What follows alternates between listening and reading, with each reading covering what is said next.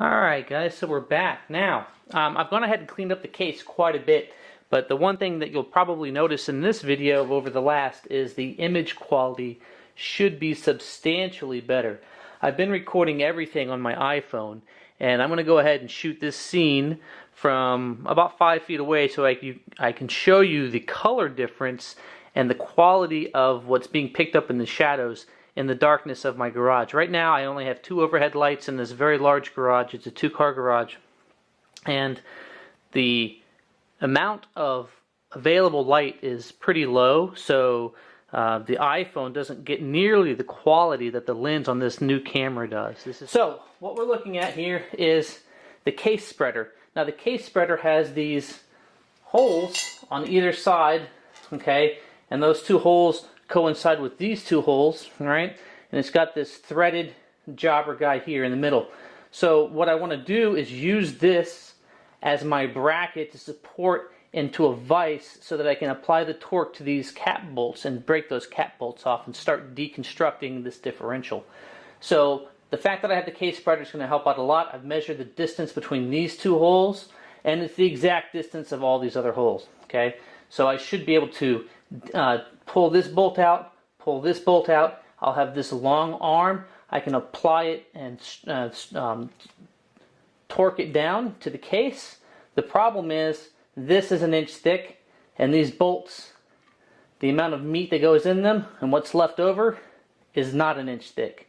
So I need to run to my local Fastenal store and pick up another set of longer bolts with the same thread pitch and diameter. And I also need to get the bolts that will go through this, the large thick part here. Let me pan this down so you can see.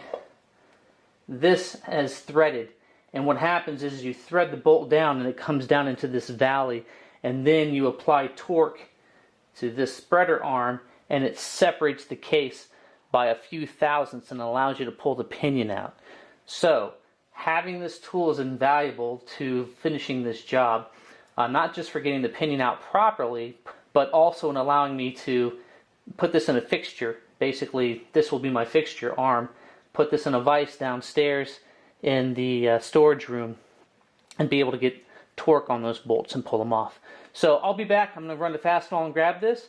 But first, let me just go ahead and capture this scene from my iPhone so I can feed in some footage to show you the exact difference in image quality of what the camera that we're looking through right now, what it sees, versus what the iPhone sees. So you can see the quality and the image difference.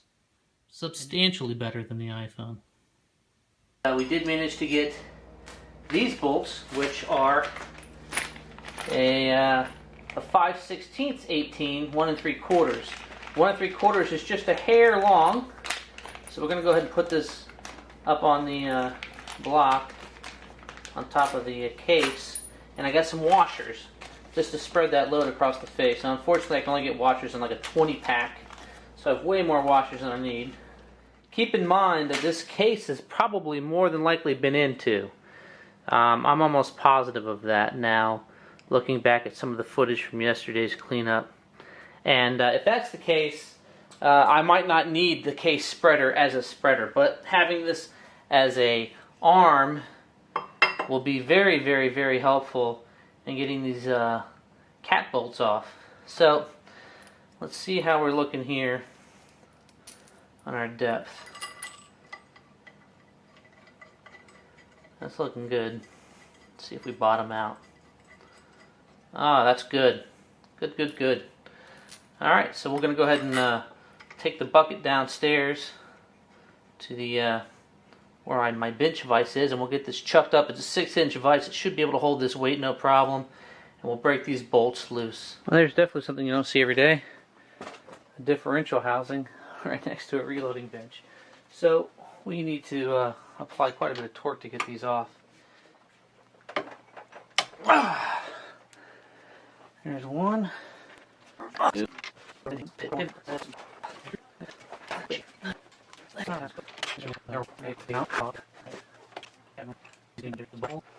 I've got my orientation from yesterday's video where when the ring gear is on your left, the numbers, see 35 here, I don't know if you can see that, and there's a 30 on this side.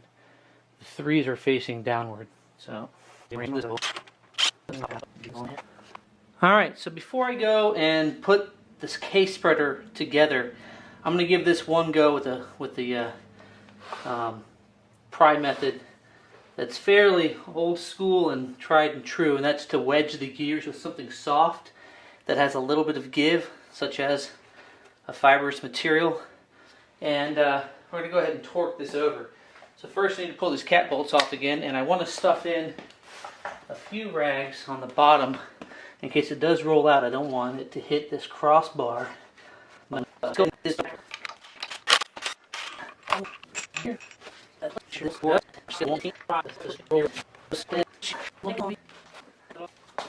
There we go.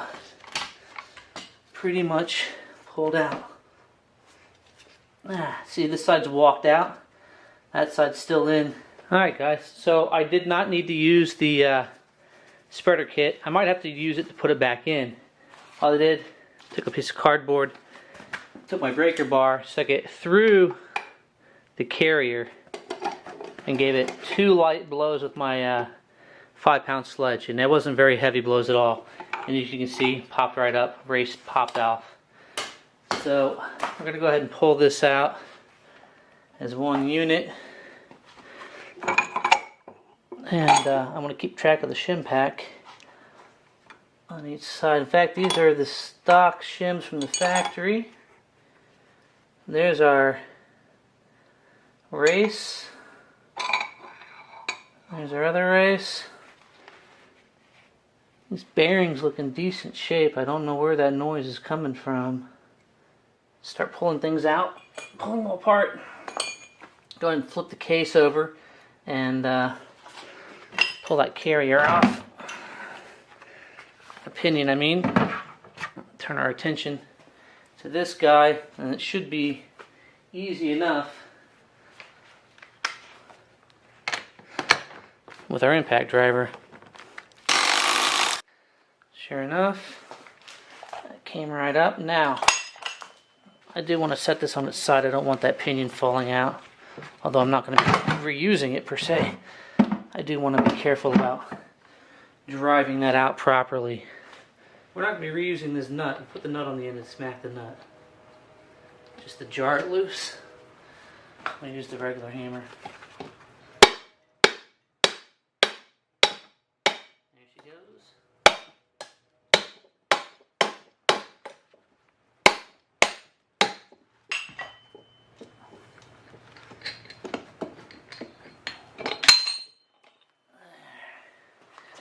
There's our pinion, crush washer, pinion bearing.